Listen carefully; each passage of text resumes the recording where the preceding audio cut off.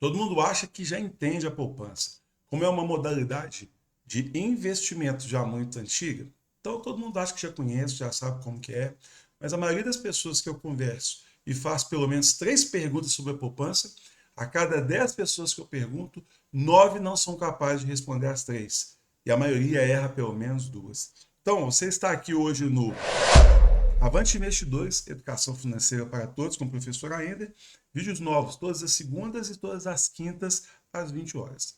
Hoje, vou passar para você aqui uma das aulas do meu treinamento, do meu curso. Eu tenho um curso de investidores para iniciantes, para pessoas que querem investir com mais inteligência, porém com muita segurança. E você vai ver um pouquinho do que os meus alunos têm a oportunidade de conhecer durante o tempo todo. Vamos lá falar de poupança? Como que funciona a poupança? Tipos de poupança, rendimentos da poupança hoje, como a inflação afeta a poupança, quanto que rende R$ 1.000 por mês na poupança e saber se vale a pena investir na poupança. É o que nós vamos mostrar nessa aula de hoje. Bom, vamos lá. Como que funciona a poupança, professor? Caderneta de poupança, pessoal, é um investimento que está classificado como modalidade de renda fixa. Já é bem antigo. Eu lembro quando eu era pequenininho, eu lembro da minha mãe falando que meu pai tinha uma caderneta de poupança para cada filho, etc. Isso é realmente muito antigo. E o objetivo é qual? Obviamente, você guardar dinheiro para que você possa usufruir disso no futuro. Só que quando você guarda dinheiro, o dinheiro tem que sofrer uma rentabilidade, ou seja, ele tem que ser corrigido. Senão, você acaba perdendo o poder de compra para a inflação. E aí o que acontece? Aquele dinheiro que, por exemplo, naquela época comprava um carro, depois de um tempo, não compra nem uma moto. Será que 1 milhão hoje em 2024, vai ter o mesmo poder de compra do que 1 milhão em 2034? Com toda certeza não. Então é preciso que o dinheiro sofra o quê? Uma correção.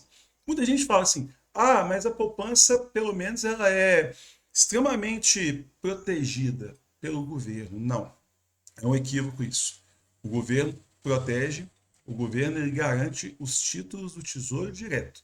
Quem garante a poupança é o FGC, Fundo Garantidor de Crédito. Inclusive, o FGC é o mesmo seguro que protege os investimentos em CDB, LCI e LCA. Então você precisa entender e tirar da sua cabeça que deixar ali na poupança, você não está correndo tanto risco quanto está correndo em um CDB.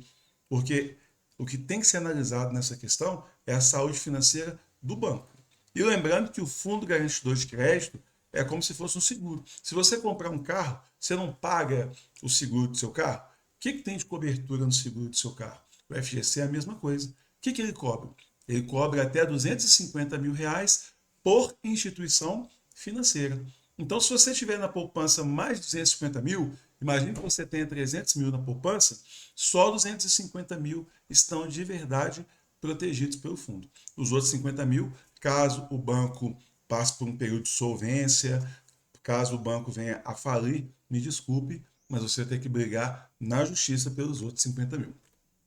Um outro ponto muito importante. Por lei, a cobrança de taxas para abertura ou então manutenção de conta poupança é proibido. Por isso que você, quando abre conta no banco, você, não sei se tem gente que até hoje paga a cesta de serviços do banco, porque antigamente você pagava uma cesta de serviço para que você pudesse fazer mais TEDs, mais DOCs, coisas que não fazem o menor sentido na era Pix, mas eu acredito que ainda tem gente que até hoje faz TED, faz DOC, é uma coisa realmente incrível de se acreditar. Então você pagava uma cesta de serviço para poder tirar extratos ilimitados ali no caixa eletrônico, para que você pudesse, por exemplo, chegar ali e ter um número de saques limitado. Mas na era digital, que a gente nem manipula dinheiro físico direito mais, não faz sentido você estar pagando tarifa cesta de serviço para o banco. Mas por incrível que pareça, ainda tem gente pagando.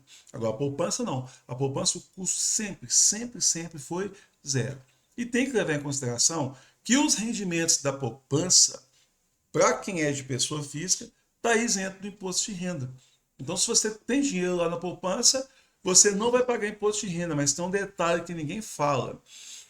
A poupança tem que entrar na sua declaração do imposto de renda se os seus rendimentos estão sendo superiores a 40 mil. Ou então, se a pessoa se enquadrar em outros critérios particulares que são estabelecidos pela Receita Federal. Então, se você tem dinheiro na poupança, a poupança não tem IR. Mas não se esqueça que declarar é completamente diferente de pagar imposto de renda.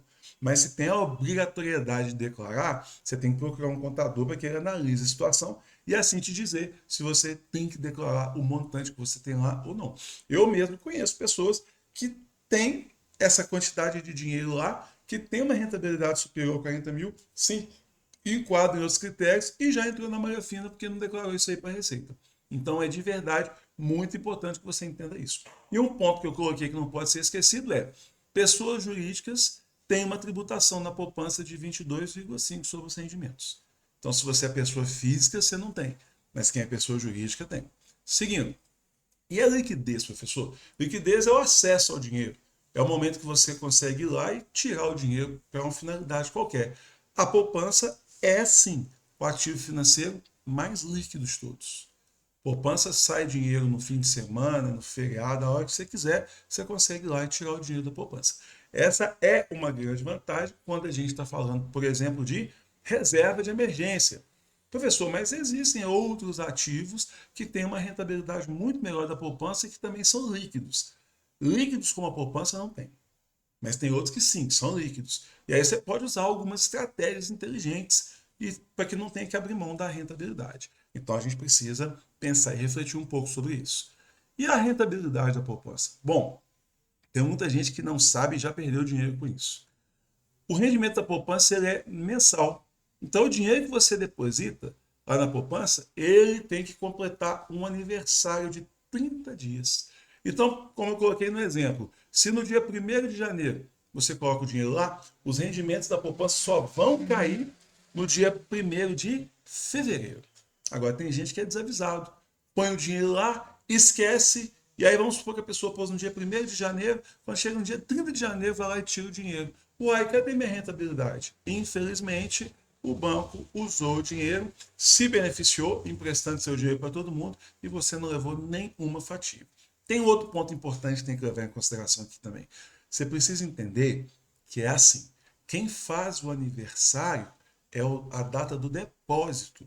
Então, se eu coloquei dinheiro dia 1º de janeiro, esse dinheiro que eu depositei dia 1º de janeiro só vai aparecer para minha rentabilidade no mês de fevereiro. Mas se eu fui lá no dia 10 de janeiro e fiz outro depósito, esse valor faz aniversário dia 10 de fevereiro e assim sucessivamente. Não significa que o primeiro depósito determina a data de aniversário dos depósitos subsequentes, não. Então fique esperto nisso. Tem que ter uma cadernetinha, estou nem conseguindo falar, para que você possa anotar as datas dos depósitos e saber qual é a data dos aniversários para não correr o risco de mexer no dinheiro e perder a rentabilidade, tá bom? E os tipos de poupança, professor? Bom, todos os bancos, todas as instituições financeiras, todas elas oferecem o mesmo tipo de poupança. Não existe uma diferenciação de benefício de uma instituição financeira para outra. As regras da poupança são as mesmas para todo mundo, a rentabilidade também, a isenção também. Então, se aparecer alguém falando a poupança aqui é diferente, não, mentira. É a mesma regra para todo mundo. Professor, e o cálculo da poupança? Quanto que ela rende? Bom, para poder entender o cálculo da poupança, você tem que entender primeiro o que é a nossa taxa básica de juros, que é a Selic. Essa sigla Selic significa Sistema Especial de Liquidação e Custódia. Nós temos que ter uma referência na nossa economia. Uma referência para ter como base os preços das coisas, para ter como base a rentabilidade dos investimentos, senão vira o samba do crioulo doido. Qualquer um vai lá, faz o que quiser, fica uma loucura. Então, a nossa taxa básica de juros ela é uma referência. E a poupança usa essa taxa básica de juros como referência. Ou seja, se nós tivermos uma taxa básica de juros menor ou igual a 8,5% ao ano, então você vai ter de rentabilidade da poupança 70% da Selic. Professor, como é que faz essa conta? Imagine, por exemplo, que a gente está com uma taxa Selic aí de 7% ao ano.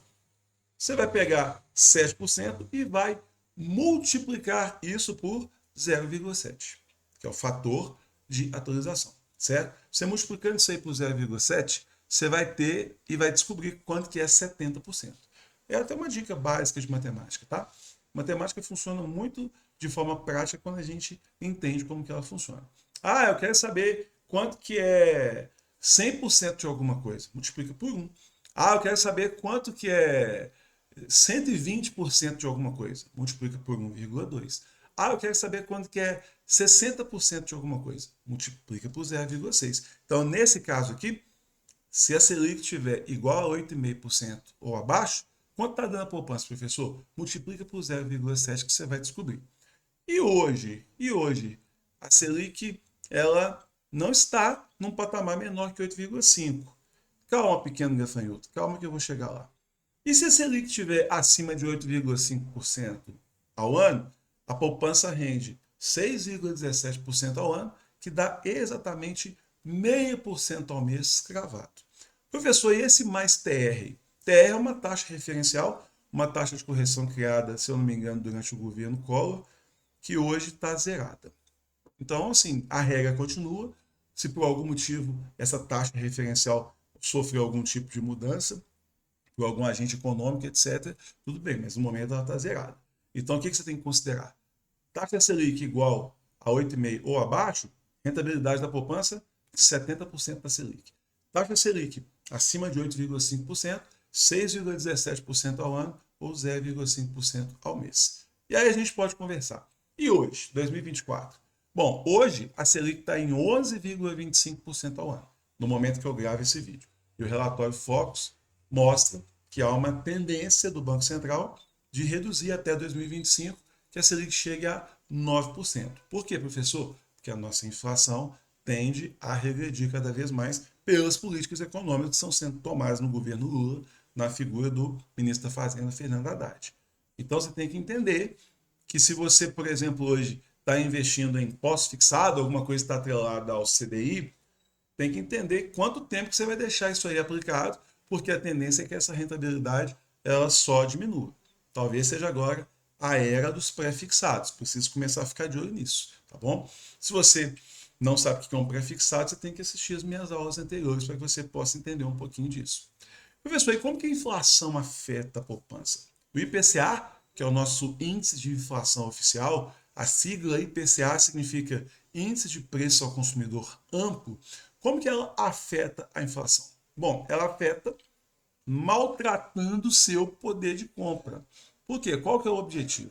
Inflação não é quando aumenta o preço do tomate, não é quando aumenta o preço do abacate, não é quando aumenta o preço do óleo. Inflação é aumento generalizado de produtos e serviços. E aí o que acontece? Se a inflação tem uma correção que não se a poupança tem uma correção que não supera a correção da inflação, o que acontece?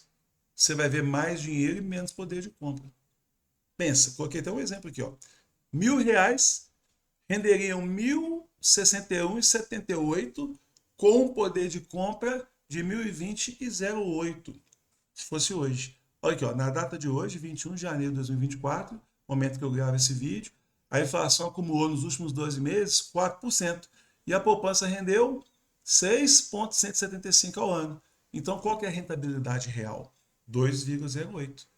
Ah, então a poupança não está rendendo 6,175? Está, mas quando você joga na formulazinha e deduz o poder corrosivo da inflação, foi um ano inteiro para você conseguir 2,08 de rentabilidade. Por isso que eu mostrei o exemplo. Ó. R$ 1.000 investidos, você veria 1.061,678 com poder de compra de quanto? De 1.020.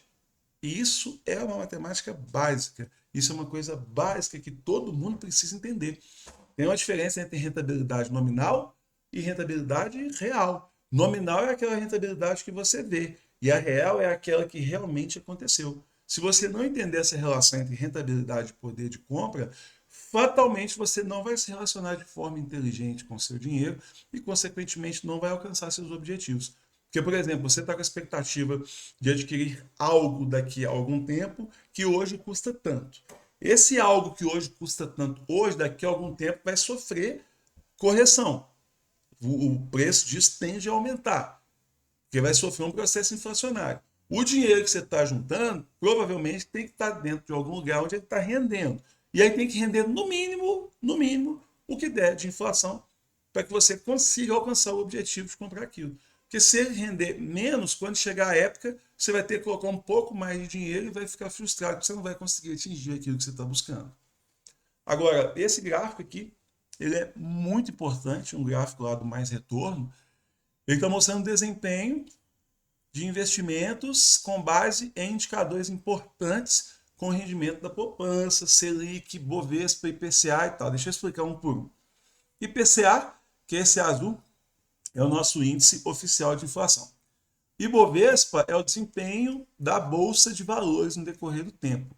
Selic é a nossa taxa básica de juros e a poupança é o que nós estamos tratando aqui nesse vídeo.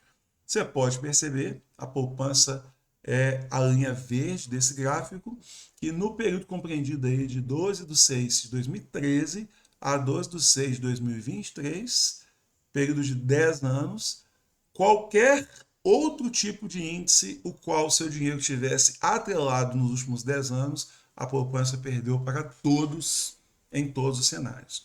Mesmo o Ibovespa, você percebe que ele teve uma queda brusca ali no período de 2016, mas ele se recuperou no longo prazo. Então isso é um indicador muito importante, analisar gráficos é muito importante, porque você que investe visando longo prazo, visando a sua aposentadoria, visando um conforto maior no futuro para você, para sua família, para os seus filhos, você precisa entender com muita clareza o que vai acontecer com a rentabilidade dos seus investimentos no decorrer do tempo. E eu acredito que o gráfico em questão fala por si mesmo.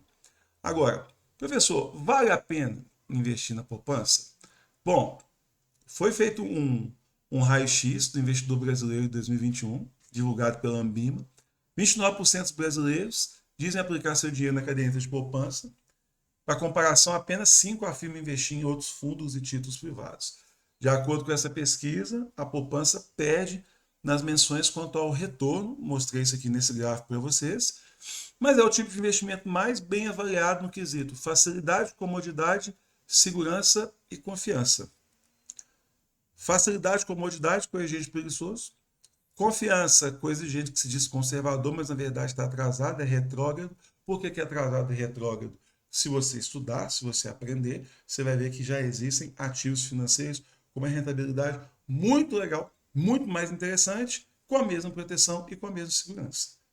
Continuando aqui, vamos lá. Um contexto de rendimento negativo da caderneta de poupança, é importante que o investidor considere se a comodidade da aplicação compensa um rendimento tão baixo. Bom, a pergunta é, você investe para quê? Você está colocando seu dinheiro para render para quê? Seu objetivo é qual? Fala para mim, qual é o seu objetivo? É aposentadoria? Trocar de carro? Pagar a escola do filho? Reformar sua casa? Ter renda passiva para ter um complemento para sua aposentadoria? Qual que é o seu objetivo? Eu creio que independente do seu objetivo, em todos os cenários tem uma coisa comum. Todos os cenários, eu tenho certeza que você quer aumentar o seu poder de compra. E se você quer fazer isso, definitivamente a poupança não é o melhor lugar. Então você é totalmente contra deixar qualquer coisa lá na poupança, professor? Não necessariamente. Porque dependendo do seu objetivo, talvez faça sentido você deixar alguma coisa lá. Como eu sempre digo, tudo tem a ver com o seu perfil do investidor, com o objetivo que você tem. Talvez você precise de um dinheiro daqui a um mês, dinheiro daqui a 2 meses. Aí vamos falar assim, põe no fundo DI, põe no tesouro direto, põe no CDB de liquidez diária. Deixa eu te falar uma coisa, todos os três têm imposto de renda. Todos os três têm imposto de renda. E eu já medi isso. Menos de 3 meses a poupança é melhor. Menos de 3 meses, você vai precisar do dinheiro, a poupança é melhor que todos eles. Pode colocar, fazer uma simulação que você vai ver. Então tem a ver com o objetivo. Agora, longo prazo, de jeito nenhum, a poupança é melhor que a minha.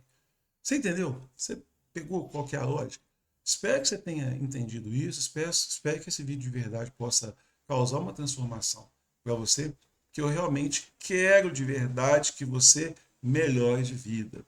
Por isso que eu trouxe aqui um conhecimento que eu duvido que você conhecia a poupança com esse nível de profundidade e sabia de alguns detalhes e algumas coisas que eu trouxe para poder ser discutido aqui nesse vídeo, tá? Espero que você tenha gostado, espero que tudo possa ser fluído da melhor maneira possível e eu te vejo até a minha próxima aula, até o meu próximo vídeo. Um abraço para você.